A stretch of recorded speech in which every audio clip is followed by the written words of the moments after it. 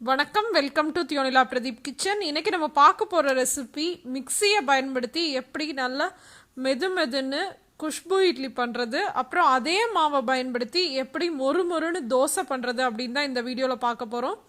ஏற்கனவே நான் கேரட் ஊத்தப்பம் வீடியோவில் சொல்லியிருந்தேன், இந்த மாதிரி மிக்சியிலையே இப்போ நல்லா எனக்கு பஞ்சு போல் இட்லி வருது அப்படின்னு சொல்லிட்டு. அப்போ நிறைய பேர் கமெண்ட்டில் கேட்டிருந்தீங்க, அதனால தான் இந்த வீடியோ. இந்த எதுக்கு நீங்கள் மிக்சியில் ஆட்டணும், கிரைண்டர்லேயே ஆட்டலாமே அப்படின்னு நினைக்கலாம். ஆனால் வெளிநாட்டிலலாம் கிரைண்டர் அவ்வளோ ஈஸியாக கிடைக்காது. அங்கேருந்து இந்தியாவிலேருந்து தான் நம்ம கொண்டு வரணும். அந்த மாதிரி டைமில் இங்கே இருக்கவங்க மிக்சியில் தான் மாவாட்டுவாங்க. அப்போ இந்த வெளிநாட்டில் இருக்கவங்களுக்குலாம் பயனுள்ளதாக இருக்கும். அப்படின்றனால தான் நான் மிக்சியில் எப்படி நல்லா பஞ்சு போன்ற இட்லியும் மொறு தோசை பண்ணுறது அப்படின்னும் இன்றைக்கி நான் சொல்ல போகிறேன். வாங்க வீடியோக்குள்ளே போகலாம். இப்போ மாவு அரைக்கிறதுக்கு மெஷர்மெண்ட்லாம் பார்த்துக்கோங்க. என்னடா நிறைய இன்க்ரீடியன்ட்ஸ் இருக்குது அப்படின்லாம் நினைக்காதீங்க. எல்லாமே வீட்டில் ஈஸியாக நமக்கு கிடைக்கிற இன்க்ரீடியன்ட்ஸ் தான் எடுத்திருக்கேன். ஃபஸ்ட்டு அரிசியை ஊற வச்சிடலாம். அதுக்கு ஒரு பாத்திரத்தில் 3 கப் அளவு இட்லி அரிசி எடுத்துக்கோங்க. இட்லி அரிசி இந்த மாதிரி உருண்டையாக இருக்கும். அடுத்து அதில் 1 கப் அளவு பச்சரிசி எடுத்துக்கோங்க. பச்சரிசி இல்லாதவங்க 4 கப் கூட இட்லி அரிசியே கூட எடுத்துக்கலாம். இப்போ அரிசியை நல்லா கழுவிட்டு அதை தண்ணியில் ஊற வச்சிடலாம். அரிசியை பார்த்தீங்கன்னா நீங்கள் ஓவர் நைட் கூட ஊற வைக்கலாம், ஒன்றும் பிரச்சனை இல்லை. ஆனால் உளுந்து தான் ஊற வைக்கிற டைம் மாறும். அது நான் பின்னாடி சொல்கிறேன். இப்போ அரிசியை நல்லா கழுவிட்டு ஊற வச்சிட்டேன். அடுத்து ஜவ்வரிசியை ஊற வச்சிடலாம். நான் ஒரு 3 டேபிள் ஸ்பூன் அளவு ஜவ்வரிசி எடுத்திருக்கேன். அதை நல்லா கழுவிட்டு தண்ணியில் ஊற வச்சுக்கோங்க. அதே மாதிரியே பார்த்தீங்கன்னா 1 டேபிள் ஸ்பூன் அளவு வெந்தயத்தையும் தண்ணியில் ஊற வச்சு எடுத்திருக்கேன். இப்போ இது 3மே ஓவர் நைட் கூட நீங்கள் ஊற வைக்கிறதுனா ஊற வச்சுக்கலாம். அப்படி இல்லைன்னா ஒரு 5லேருந்து 6 மணி நேரம் அது அளவு ஊறிச்சினாவே போதும். அடுத்து மாவாட்டுறதுக்கு ஒரு மணி நேரத்துக்கு முன்னாடி, ரொம்ப நேரம் உளுந்து ஊறக்கூடாது, 1 மணி நேரம் ஊறிச்சினாவே போதும். நான் ஏற்கனவே முதல்ல தோசைக்கு மாவாட்டுறப்பெல்லாம் ஒரு 3 மணி நேரம் கூட உளுந்த ஊற வச்சுருக்கேன். ஆனால் இட்லிக்கு இந்த மாதிரி கம்மியான நேரம் உளுந்து ஊறிச்சினா தான் நல்லா பஞ்சு போல் வருது. அதனால தான் நான் சொல்கிறேன். ஒரு மணி நேரத்துக்குள்ளே உளுந்து உங்களுக்கு பெருசாக நல்லா ஊறின மாதிரி இருந்துச்சுனாவே நீங்கள் மாவு அரைக்க ஆரம்பிச்சிடலாம். அடுத்து பார்த்தீங்கன்னா 1 கப் அளவு திக்கான அவல். லேஸ் அவலாக இருந்தால் நீங்கள் ஊற வைக்க தேவையில்லை, டைரெக்டாக மாவு அரைக்கிறப்பே சேர்த்துக்கலாம். திக்கான அவலாக இருந்துச்சுன்னா அதை லேசாக கழுவிட்டு தண்ணியில் சும்மா மாவு அரைக்கிறதுக்கு ஒரு அரை மணி நேரம் இல்லைன்னா ஒரு 20 நிமிஷம் முன்னாடி ஊற வச்சிங்கன்னா கூட போதும், அது ஈஸியாக ஊறிடும். இப்போ பார்த்தீங்கன்னா அரிசி, உளுந்து, ஜவ்வரிசி, அப்புறம் அவல், வெந்தயம் எல்லாமே ஊறிடுச்சு. இப்போ நம்ம மாவு அரைக்கிறதுக்கு ஸ்டார்ட் பண்ணிடலாம்.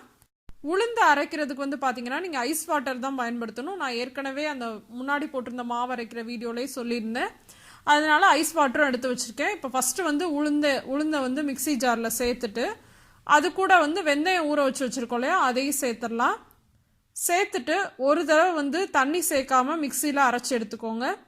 அரைச்சி எடுத்ததுக்கப்புறமா பார்த்தீங்கன்னா இந்த மாதிரி சைட்லலாம் உளுந்து ஒட்டியிருக்கும். அதை மிக்சி கூட வரும் இல்லையா, அந்த ஸ்பேச்சுலா வச்சு நல்லா கலந்து விட்டுட்டு அடுத்து ஐஸ் வாட்டரை தேய்ச்சி சேர்த்து அரைச்சி எடுத்துடலாம். உளுந்து நல்லா நைஸாக அரைச்சிருக்கணும். அப்போ தான் பார்த்தீங்கன்னா உங்களுக்கு இட்லி நல்லா பஞ்சு போல் வரும். ரொம்ப தண்ணி சேர்த்தும் அரைச்சிடாதீங்க, அதுக்குன்னு தண்ணியே சேர்க்காமல் அரைக்கவும் முடியாது மிக்சியில். இந்த மாதிரி பார்த்தீங்கன்னா ரொம்ப தண்ணியாகவும் இல்லாமல் ரொம்ப கெட்டியாகவும் இல்லாமல் உளுந்தை மிக்சியில் அரைச்சி எடுத்துக்கோங்க. நல்லா நைஸாக இருக்கணும், நரன்னு இருந்துச்சுன்னா நல்லா இருக்காது. இப்போ இதை ஒரு பெரிய அகலமான பாத்திரத்தில் சேர்த்துக்கலாம். அடுத்து நம்ம அரிசியை அரைச்சி எடுத்துடலாம். அரிசி கூட தான் நம்ம ஜவ்வரிசியையும் சேர்த்து அரைக்க போகிறோம். அதே மாதிரி பார்த்தீங்கன்னா அவளையும் அரிசி கூட தான் சேர்த்து அரைக்க போகிறோம். ஃபஸ்ட்டு ஜவ்வரிசியை சேர்த்து நான் அரைச்சிக்கிறேன். அடுத்த பேட்சில் அவல் சேர்த்துட்டு அரைச்சிக்கிறேன். உளுந்தை நான் ஒரு 2 பேட்சாக அரைச்சேன். அரிசியை ஒரு 3-4 பேட்சாக அரைக்க போகிறேன்.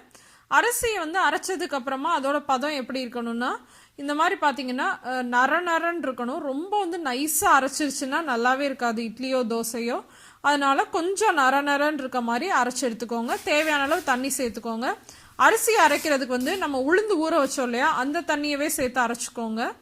அப்புறம் நான் இன்னொன்று சொல்ல மறந்துட்டேன். உளுந்தை ரொம்ப கழுவக்கூடாது.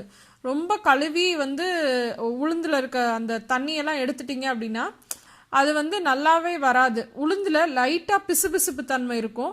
அந்த பிசுபிசுப்பு தன்மை தான் வந்து நமக்கு இட்லி வந்து ரொம்ப சாஃப்டாக்கும். அதனால வந்து உளுந்தை வந்து ஒரு தடவை மட்டும் கழுவிட்டு ஊற வச்சுக்கோங்க, ரொம்ப கழுவிடாதீங்க.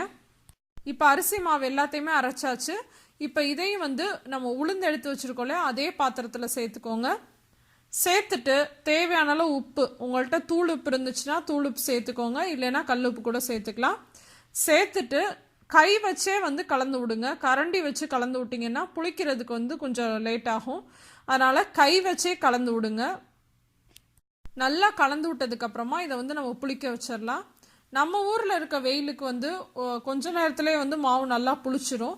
ஆனால் குளிர் பிரதேசத்தில் இருக்கனால மாவு வந்து இங்கெல்லாம் புளிக்கிறது வந்து கொஞ்சம் கஷ்டம். அதனால நாங்கள் என்ன பண்ணுவோன்னா அவனை வந்து ப்ரீஹீட் பண்ணிவிட்டு ஆஃப் பண்ணிவிட்டு தொட்டு நம்ம வந்து அந்த அவனில் இருக்க ரேக்லாம் தொட்டு பார்த்தோன்னா ரொம்ப சூடாக இருக்கக்கூடாது. லேசாக அந்த வெயில் இருக்க மாதிரி இருக்க டயத்தில் வந்து நம்ம மாவை உள்ளே வச்சுட்டு அதை அப்போ புளிக்க வைப்போம். இப்போ அதே மாதிரி தான் நான் தனியாக ஒரு டப்பாவில் மாவு புளிச்சிருக்கிறது தெரியணுன்றதுக்காக எடுத்து வச்சுருக்கேன். பார்த்தீங்கன்னா அந்த லைனில் கரெக்டாக அந்தளவு தான் மாவு இருக்குது. இப்போ புளிச்சதுக்கப்புறமா எப்படி இருக்குன்னு நான் காட்டுறேன். இப்போ மாவு நல்லா புளிச்சு டபுள் ஆயிடுச்சு. அதுக்கப்புறமா வந்து நான் ஃப்ரிட்ஜில் எடுத்து வச்சுட்டேன். அதனால வந்து கொஞ்சம் லைட்டாக அமுங்கி இருக்குது. பார்த்தீங்கன்னா உங்களுக்கு தெரியும் மேலே இருக்க லேயர் வரைக்கும் வந்து மாவு வந்து நல்லா பொங்கி வந்துருந்துச்சு. இப்போ வந்து நம்ம இட்லி ஊற்றுறதுக்கு என்ன பண்ணணும்னா மாவு வந்து ரொம்ப நேரம் வந்து கரண்டி வச்சு வந்து கிண்டி விடக்கூடாது. லேசாக கலந்து விட்டுட்டு அதை வந்து இட்லி தட்டில் வந்து வச்சிடலாம். நார்மலாக இட்லி ஊற்றுற மாதிரி தான். இட்லி தட்டு மேலே ஈரத்துணி போட்டு வச்சுருக்கேன். அதில் மாவை சேர்த்துட்டு அடுப்பில் வந்து இட்லி பானையில் தண்ணி வந்து கொதிக்க வச்சுருக்கேன். தண்ணி கொதிச்சதுக்கப்புறமா இந்த தட்டை தூக்கி வச்சு மூடி வச்சு ஒரு 10 நிமிஷம் வந்து இட்லியை வந்து ஆவியில் வேக வைக்கணும். 10 நிமிஷத்துக்கு அப்புறமா இந்த மாதிரி கத்தி வச்சு செக் பண்ணி பார்த்தீங்க அப்படின்னா இட்லி ஒட்டாமல் வந்துச்சுன்னா இட்லி வந்து ரெடி ஆயிடுச்சுன்னு அர்த்தம். அடுத்து அதை எடுத்து ஒரு பிளேட்டில் கவுத்து போட்டுட்டு அந்த தட்டை எடுத்துட்டு அது மேலே தண்ணி தெளிச்சிங்க அப்படின்னா இட்லி வந்து ஈஸியாக எடுக்க வரும். அடுத்து வந்து தோசையும் ஊற்றுனதுக்கப்புறமா இட்லி வந்து எவ்வளோ சாஃப்டாக இருக்குது அப்படின்னு நான் வந்து உங்களுக்கு காட்டுறேன். தோசைலாம் எப்படி ஊற்றுறது அப்படி இப்படின்னு சொல்லி உங்களை போர் அடிக்க விரும்பலை. இந்த மாதிரி தான் தோசை நான் வந்து ஊற்றுறேன். தோசையும் பார்த்தீங்கன்னா எவ்வளோ மொறுமொறுன்னு வருதுன்னு பாருங்கள். மொறுமொறுன்றதை விட அந்த கலரும் பாருங்களேன், நம்ம ரெஸ்டாரண்ட்லாம் கிடைக்கிற மாதிரி அவ்வளோ சூப்பராக நல்லா வந்து வெந்தயம் சேர்த்துருக்கனால நல்லா கலரும் வரும். ரொம்ப சூப்பராக இருக்கும். கண்டிப்பாக இந்த இட்லியும் தோசையும் வீட்டில் ட்ரை பண்ணி பாருங்கள். இப்போ இந்த வந்து இட்லி எப்படி இருக்குது அப்படின்னு நான் உங்களுக்கு வந்து பிச்சு காட்டுறேன். பார்த்தீங்களா எவ்வளோ சாஃப்டாக இருக்குது அப்படின்னு. இந்த ரெசிபியை வந்து நான் ரொம்ப நாள் வந்து ட்ரை பண்ணி கண்டுபிடிச்சிருக்கேங்க. ஏன்னா வந்து நான் கிட்டத்தட்ட 2 வருஷமாக இட்லி நல்லா வரல அப்படின்னு சொல்லி ஒவ்வொரு மெஷர்மெண்ட்டாக ட்ரை பண்ணிவிட்டு எனக்கு இந்த மெஷர்மெண்ட்டு தான் இட்லிக்கு ரொம்ப சூட்டபுளாக இருந்துச்சு. ரொம்ப சாஃப்டாக ஸ்பாஞ்சியாக வந்துச்சு. அதனால தான் நான் உங்கள் கூட ஷேர் பண்ணிக்கிறேன். இந்த ரெசிபி பிடிச்சிருந்துச்சுன்னா லைக் பண்ணி உங்கள் ஃப்ரெண்ட்ஸ் கூட ஷேர் பண்ணுங்கள். இன்னொரு இன்ட்ரெஸ்டிங்கான ரெசிபியோட உங்கள் எல்லாரையும் சந்திக்கிறேன். அதுவரை உங்களிடமிருந்து விடைபெறுவது உங்கள் தியோனிலா பிரதீப். தேங்க்யூ.